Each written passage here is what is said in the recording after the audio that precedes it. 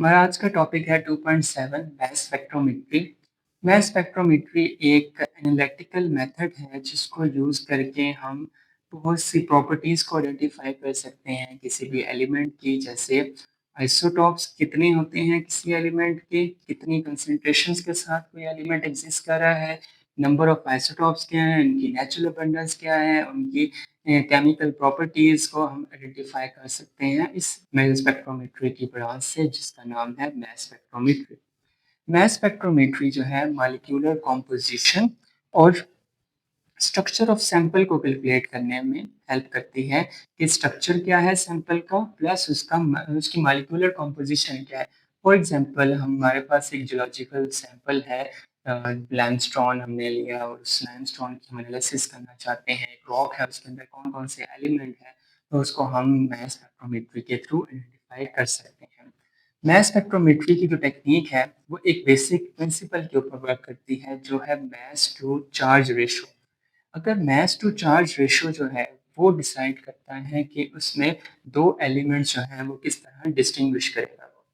एक प्रिंसिपल की बात करें तो थ्री मेंस प्रिंसिपल हैं। तो फर्स्ट वन इज आयनाइजेशन। जो भी सैंपल हम लेंगे पहले उसे हम आयनाइज करवाएंगे। आयनाइज करवाने के बाद पहले वो गैसियस सैंपल में हमें से लेना पड़ेगा। गैसियस सैंपल के बाद जो नेक्स्ट स्टेप है उसमें से इलेक्ट्रॉन को रिमूव करवा के आयनाइज करवाते हैं।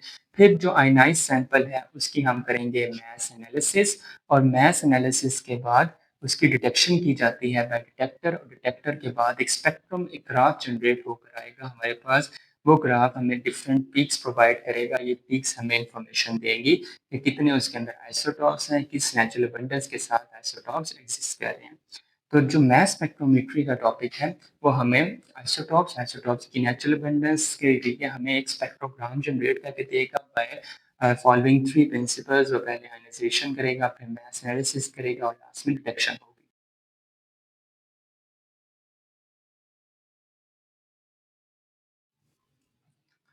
अब आते हैं वर्किंग ऑफ मैस स्पेक्ट्रोमीटर।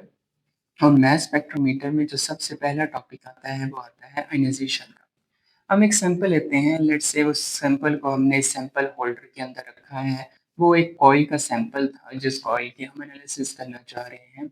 अब इसको हम क्या करेंगे, हाई टेम्परेचर पर हीट करेंगे सो दैट कि ये कन्वर्ट हो जाए गैसियस फॉर्म के अंदर। अब जो कार्बन के पार्टिकल हैं वो गैसियस फॉर्म के अंदर आ गए हैं। इन गैसियस फॉर्म को नेक्स्ट स्टेप में हम आयनाइज करवाते हैं बाय डिफरेंट टेक्निक्स। ठीक है, आप उसको एनर्जी इलेक्ट्रोमैग्नेटिक स्पेक्ट्रम की फॉर्म में आप दे के इसको आयनाइज करवा सकते हैं। आपने किसी न किसी एनर्जी के form MLT matrix assisted laser को यूज़ करके आप इसके आयनाइजेशन करवा सकते हैं। आयनाइजेशन के रिजल्ट में क्या होगा, इन पर पॉजिटिव चार्जेस आ जाएंगे और इसमें से इलेक्ट्रॉन रिमूव हो जाएंगे। तो फर्स्ट टेक्निक के अंदर हमने आयनाइजेशन करवानी है, एक गैस को उसकी आयनिक फॉर्म के अंदर कन्वर्ट करना है। पॉजिटिव फॉर्म, लेट्स से उसकी आयनिक फॉर्म बन रही है हमारे पास यहाँ पर, और ये कन्वर्जन एनर्जी के फॉर्म में होगी। आप उसे फ्लेम के ऊपर रख सकते हैं। ज़्यादातर मैट्रिक्स असिस्टेड लेजर डिपोजिशन जो है वो आयनाइजेशन टेक्निक यूज़ की जाती है। Next is एक्सरेशन। अब ये जो चार्ज पार्टिकल्स बने हैं इनको एक्सरेट करवाने के लिए हम यहाँ पर एक नेगेटिव चार्ज प्लेट्स यूज़ करते हैं। उस नेगेटिव चार्ज प्लेट की वजह से ये जो गैसियस पार्टिकल थे जो पॉजिटिव थे, इनकी स्पीड, इनकी एक्सलेशन इंक्रीज कर जाती है। और ये एक्सलेशन इंक्रीज करने के लिए हम इलेक्ट्रिक फील्ड यूज़ करते हैं और इनकी काइनेटिक एनर्जी यहाँ पर कर जाएगी इंक्रीज। ठीक है, अब इस काइनेटिक एनर्जी में कुछ की काइनेटिक एनर्जी ज़्यादा हो सकती है, कुछ काइनेटिक काइनेटिक एनर्जी कम हो सकती है। तो यहाँ पर लगाया जाता है एक वेलोसिटी सिलेक्टर। वेलोसिटी सिलेक्टर का ये काम होता है कि वो वहाँ पर मेंटेन करता है कि वो पार्टिकल्स जिनकी वेलोसिटी, जिनकी काइनेटिक एनर्जी सेम है, सिर्फ वो पार्टिकल्स आगे जाएं, बाकी पार्टिकल्स को ये डिफ्लेक्ट कर देता है। जब ये इंश्योर हो जाता है इस वेलोसिटी सिलेक्टर के थ्रू कि सिर्फ वो पार्टिकल्स आगे जा रहे हैं जिनकी स्पीड सेम है, तो वेलोसिटी का जो फैक्टर है जो इसको अफेक्ट कर सकता है इनकी डिफ्लेक्शन को, वो यहाँ से रिमूव हो जाता है। अब नेक्स्ट स्टेप ये है कि यहाँ पर लगा दी जाती है मैग्नेटिक फील्ड। और जब मैग्नेटिक फील्ड अप्लाई की जाती है तो अगर किसी भी चार्ज पार्टिकल को आप मैग्नेटिक फील्ड के अंदर इंट्रोड्यूस करवाते हैं तो वो पार्टिकल बेंड कर जाता है। और अगर उसको 90 के एंगल पर इंट्रोड्यूस करवाएंगे तो वो एक सर्कुलर पाथ एक्वायर करेगा। हम इसको कंप्लीट सर्कल नहीं लेके जाते हैं, हम ये करते हैं कि जब वो बेंड होता है मैग्नेटिक फील्ड के अंदर जाकर, तो वो एक सेमी सर्कुलर पाथवे कंप्लीट करता है और यहाँ पर हम लगा देते हैं डिटेक्टर्स। जब डिटेक्टर्स यहाँ पर आ जाते हैं इस मैग्नेटिक फील्ड को अप्लाई करने के बाद, जब ये पार्टिकल्स जो हैं वो बेंड करते हैं, पॉजिटिवली चार्ज आइंस जो हमने बनाए थे वो डिफ्रैक्ट करते हैं, तो हर एक अपने मास टू चार्ज रेशियो के बेस पर डिफरेंट स्पॉट्स पर आके फॉल करेगा। अब यहाँ पर जो डिटेक्टर्स हैं वो काउंट करते जाते हैं कि कितने पार्टिकल्स इनके ऊपर आके फॉल कर रहे हैं और इन्हीं डाटा की बेस पर डिटेक्शन की जाती है और डिटेक्शन के बाद एक नया स्पेक्ट्रम जनरेट किया जाता है जिसे हम कहते हैं स्पेक्ट्रोग्राम। ये स्पेक्ट्रोग्राम जो होता है इसमें दो एक्सिस हैं, एक एक्सिस पर रखा जाता है, एक एक्सिस पर लगाए जाते हैं मास टू चार्ज रेशियो या एएमयू के अंदर मैसेज लिखे जाते हैं। लेट्स से अगर हम क्लोरीन की बात करें, क्लोरीन में दो आइसोटोप्स आते हैं, एक क्लोरीन 35 और दूसरा क्लोरीन 37। अगर हम क्लोरीन 35 की नेचुरल अबंडेंस निकालें तो वो ऑलमोस्ट आती है 75% और अगर इसी तरह 37 की निकाली जाए तो वो 25% आती है। तो वाई एक्सिस पर हम उनकी नेचुरल अबंडेंसेस को यूज़ करते हैं। तो ये ग्राफ जो जनरेट होता है इसमें आपको दो पीक्स मिलेंगी, एक 35 की और एक 37 एएमयू की। दोनों की हाइट डिफरेंट होगी बिकॉज दोनों की नेचुरल अबंडेंस डिफरेंट है। तो ये जो ग्राफ आता है इसे हम कहते हैं स्पेक्ट्रोग्राम और ये स्पेक्ट्रोग्राम हमें यूज़ करके रिलेटिव एटॉमिक मास की कैलकुलेशन में भी हेल्प करता है। तो ये जो ग्राफ आ रहा है ये हमारे पास स्पेक्ट्रोग्राम है और इसी से हम बाकी सारी एनालिसिस, बाकी सारी कैलकुलेशन करके फर्दर इंफॉर्मेशन यहाँ से निकाल सकते हैं। तो जो टेक्निक हम यूज़ की है, सबसे पहले हमने एक सैंपल लिया, उस सैंपल को आपने आयनाइज़ करवाना है, आयनाइज़ करवाने के बाद उस सैंपल को एक्सेलरेशन करवानी है, एक्सेलरेट होने के बाद ये क्या होगा, इसको हम वेलोसिटी सिलेक्टर में से पास करवाएँगे और वेलोसिटी सिलेक्टर उन सब की एनर्जी को सेम करके, इनकी सब की वेलोसिटी को सेम करके आगे मूव करवाएगा। जिनकी वेलोसिटी सबकी सेम है, तो नेक्स्ट में हम मैग्नेटिक फील्ड इंट्रोड्यूस करवाते हैं और मैग्नेटिक फील्ड की इंट्रोडक्शन के बाद ये पार्टिकल्स डिफ्लेक्ट करेंगे एक सर्कुलर पाथ के अंदर और फिर उन डिफ्लेक्टेड पार्टिकल्स को हम डिफरेंट पोजीशंस पर डिटेक्ट करते हैं और एक ग्राफ जनरेट करते हैं। उस ग्राफ को हम कहते हैं स्पेक्ट्रोग्राम। नेक्स्ट टॉपिक है applications of mass spectrometry. Mass spectrometry में एक एप्लीकेशन ये है कि हम इस टेक्निक को यूज़ करके किसी मॉलिक्यूल का स्ट्रक्चर प्रेडिक्ट कर सकते हैं, स्ट्रक्चर एनालाइज कर सकते हैं, मॉलिक्यूल्स को आइडेंटिफाई कर सकते हैं। जैसे अगर हमने कार्बन का आइसोटॉप आइडेंटिफाई करना है, कार्बन 12 है, 13 है, 14 है, वो आइडेंटिफाई कर सकते हैं। क्वालिटी को कंट्रोल करना हो तो उसमें हम ये चेक कर सकते हैं कि कौन सा वाला एलिमेंट कितनी कंपोजिशन के साथ है, कितनी कंसंट्रेशन के साथ प्रेजेंट है, तो वो भी हम मास स्पेक्ट्रोमेट्री के थ्रू कैलकुलेट कर सकते हैं। रिएक्शंस को मॉनिटर किया जाता है कि रिएक्शंस जो है उसका रेट क्या चल रहा है, कितनी कंसंट्रेशन मॉलिक्यूल्स प्रोड्यूस हो चुके हैं। मेडिकल्स में इसकी एप्लीकेशन है, फोरेंसिक फील्ड के अंदर इसकी एप्लीकेशन है। जैसे कार्बन डेटिंग की अगर बात करें, C14 वो भी एक आइसोटॉप है और आइसोटॉप्स की आइडेंटिफिकेशन आप मॉलिक्यूलर स्पेक्ट्रोमेट्री के थ्रू करते हैं। तो एप्लीकेशंस इसकी तकरीबन हर फील्ड में आपको मिल जाएगी, चाहे आप बायो में हैं, फोरेंसिक्स में हैं, फिजिक्स की फील्ड के अंदर हैं, केमिस्ट्री की फील्ड के अंदर हैं, हर तरह के फील्ड में तकरीबन ये आपकी एप्लीकेशंस आ जाती हैं, majorly biological, physical and chemistry के अंदर।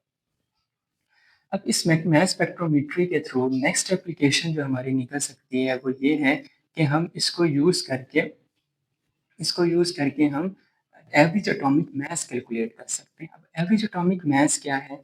जैसे हमारे पास ग्राफ आया वो इसका क्लोरीन का एटॉमिक नंबर 35 और एटॉमिक मास 35 और एटॉमिक मास 37 के साथ। एक जो था उसकी रिलेटिव अबंडेंस थी 75% और सेकंड की रिलेटिव अबंडेंस थी 25%। अब हमें ये बताना है कि जो क्लोरीन का एवरेज एटॉमिक मास है वो कितना बन सकता है। जो पीरियोडिक टेबल के ऊपर वैल्यू लिखी होती है 35.5 क्लोरीन की, क्या क्लोरीन का एटॉमिक मास 35.5 है, तो वो कैसे कैलकुलेट किया जाता है? उसको कैलकुलेट करने का मेथड ये है कि relative atomic mass equals to कि जो भी परसेंटेज दी गई है, जैसे फर्स्ट वाले की 75% थी, जैसे ये वाला जो एलिमेंट था जिसमें एटॉमिक मास उसका 35 था, उसकी परसेंटेज थी 75।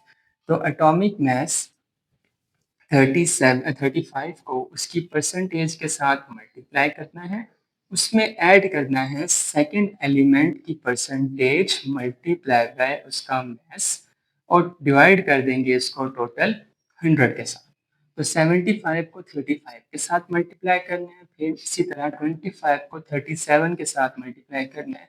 और अगर इसका तीसरा आइसोटोप होता है तो थर्ड आइसोटोप के लिए भी यही करते हैं कि natural abundance multiply by atomic mass unit. जब हम इन सब की कैलकुलेशन करते हैं तो हमारे पास आंसर आता है 35.5 AMU। तो पीरियोडिक टेबल के ऊपर जो वैल्यूज लिखी जाती हैं वो एक्चुअली इन्हीं की वैल्यू होती है जो एवरेज एटॉमिक मास होता है, ना कि सिर्फ किसी एक एलिमेंट का एटॉमिक मास वहाँ पर मेंशन किया जाता है। तो पीरियोडिक टेबल में क्लोरीन की जो 35.5 वैल्यू लिखी जाती है वो एक्चुअली उनके एटॉमिक मासेस की एवरेज एटॉमिक मास निकाला जाता है। तो एवरेज एटॉमिक मास कैलकुलेट करने के लिए हम इस तरह टेक्निक यूज करते हैं, इस तरह हम कैलकुलेशन कर सकते हैं। एक हम एग्जाम्पल भी परफॉर्म करेंगे, उस एग्जाम्पल में भी ये चीज़ डिस्कस की जाएगी। उसमें मैग्नीशियम के हम स्पेक्ट्रोमीटर को लेंगे और उसको फिर हम फर्दर एनालाइज करके उसकी एटॉमिक मास को कैलकुलेट करेंगे।